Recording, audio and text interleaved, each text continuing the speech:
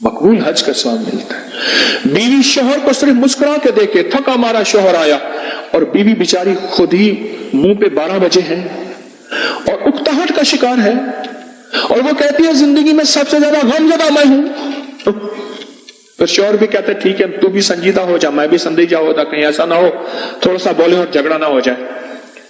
اگر وہ مسکرا کے دیکھے، ہائے ہائے ہائے ہائے، فرمایا جنت کی ایک حور ہے اس بیوی کو جو اپنے غموں کو بھول کے صرف مسکرائے اور مسکرا کے دیکھے کہ یہ شوہر باہر کا مارا، غموں کا مارا، دکھوں کا مارا، پتہ نہیں نظروں کو بچاتا ہٹاتا جیسے بھی میرے پاس آیا، مسکرا کے صرف دیکھے، مسکرا کے بولے۔ اور کتنے بدقسمت شوہر ہیں جو مسکراہٹ کو آج تک ترس گئے ہیں، مسکراہٹ کے دیکھے۔ فرمایا جنت کی ایک حور ہے، فوراً اللہ سے کہتی ہے یا اللہ یہ عورت مجھے دے دے اور میں اس کی غلام بن جاؤں۔ ہوئے ہوئے، جنت کی ایک حور ہے جو کہتی یا اللہ یہ عورت مجھے دے دے، یہ بندی مجھے دے دے، یہ بندی مجھے دے دے، میں اس کی غلام بن جاؤں۔ اور اللہ بھی کہتا ہے میں نے وعدہ کیا یہ بندی میں نے تجھے دے دی۔ تو جس کی جنت کی حور غلام بن گئی تو اس کا مطلب ہے اس کا جنت کا داخلہ لازم ہو گیا۔ جو اپنے غم بھول کے، اپنی شکایتیں بھول کے صرف مسکراہٹ کو اپنے منہ پہ سجائے گی، مسکراہٹ کو اپنے منہ پہ سجائے گی۔ چھوٹے چھوٹے عمل نسبتوں کے ساتھ ہوتے ہیں۔ ہاں میرے مخلص تھے ملک صاحب، جدھڑتے قوم کے ملک کہلواتے تھے، کہتے ہیں کہ ہم نے دریا آیا، بکھر میں رہتے تھے، دریا نے رخ بدلا، ہم نے دریاؤں نے لوگوں نے اپنی قبروں کو نکالنا شروع کیا، دریا کاٹ رہا تھا، جالوں میں پتھر ڈال ڈال کے ٹرکوں کے ٹرک پھینکے، پانی کو کون روکے؟ کہا کہ میں نے وہ قبریں جو حاملہ خواتین اس دنیا سے رخصت ہوئی تھیں، ڈیلیوری کے دوران، زچگی کے دوران مر گئی تھی، میرے کملی والے نے فرما دیا وہ جنتی ہیں اور ان کو مٹی قبر کی نہیں کھائے گی۔ کہا کہ میں نے بے شمار قبریں منتقل کی، جو عورت دوران حمل مر گئی تھی میں نے اس کی قبر میں میت کے بولیا اسی مرنا نہ ہی گور پیا کوئی ہور۔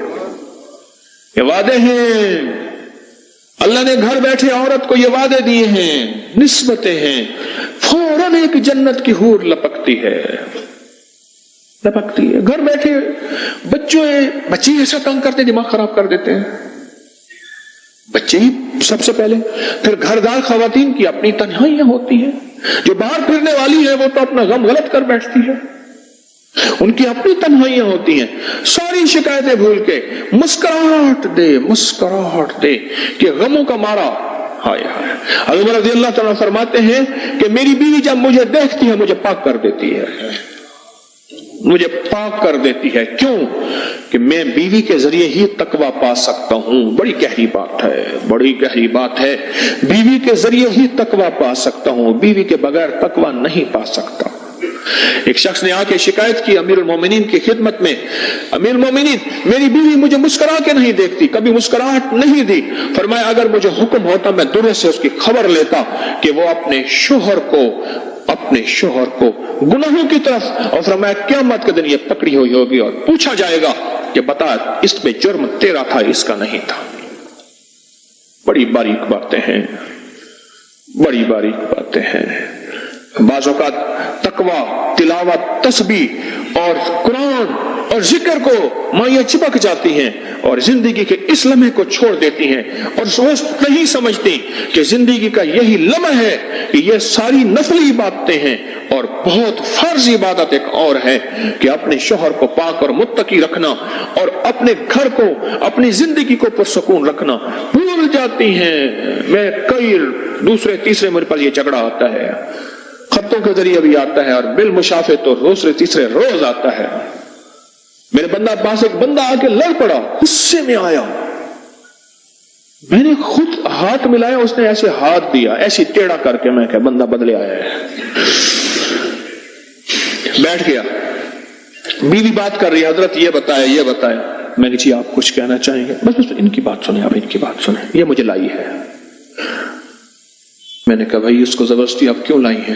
ان کے اپنے شوہر کو زبردستی کیوں لائی ہیں؟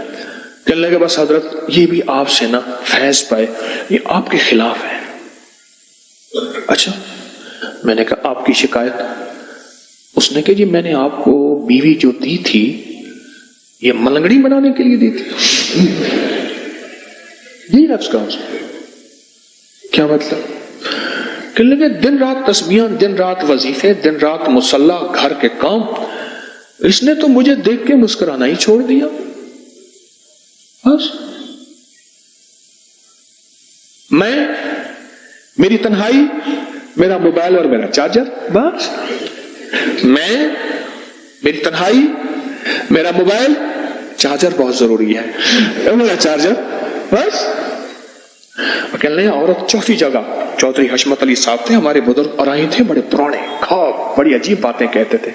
ایک تو میرے بارے میں کہنے لگے تجھے اللہ نے 10 سال پہلے جو بعد میں شہرت ملنی تھی تجھے 10 سال بعد پہلے دے دی ہے، تجھے اللہ نے خصوصی عنایت، عجیب باتیں کہتے تھے۔ ایک دفعہ فرمانے لگے عورت چوتھی جگہ جا کے اپنے شوہر کو مانتی ہے، پہلے کہتی تو کون ہے؟ میرا ابا اماں جی وے سدا جی میں، ابا اماں بوڑھے ہو گئے، مر کھپ گئے یا خود محتاج ہو گئے، پھر کہنے لگے تو کون ہے؟ میرے بہن بھائی جی ہیں، بہن بھائی اپنی میں پڑ گئے، پھر ادھر یونین جوان ہو گئی اولاد، کہاں عورت کی یونین ہوتی ہے، اولاد اس کی یونین ہوتی ہے، کہ تو کون ہے؟ میرے ببر شیر کبرو جی میں انشاءاللہ سدا جی، میرے ببر شیر ہیں۔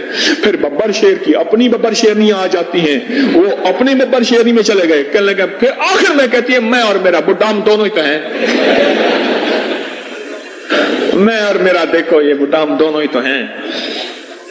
چوہی صاحب کہتے تھے اللہ ان کے درجے بلند کرے، کہتے تھے چوتھی جگہ جا کے مانتی ہے، اور وہ قسمت والی ہوتی جو پہلے دفعہ کہتے ہیں نا نا نا یہی میرا انتخاب ہے، یہی لاجواب ہے، یہی میرا انتخاب ہے اور یہی لاجواب ہے۔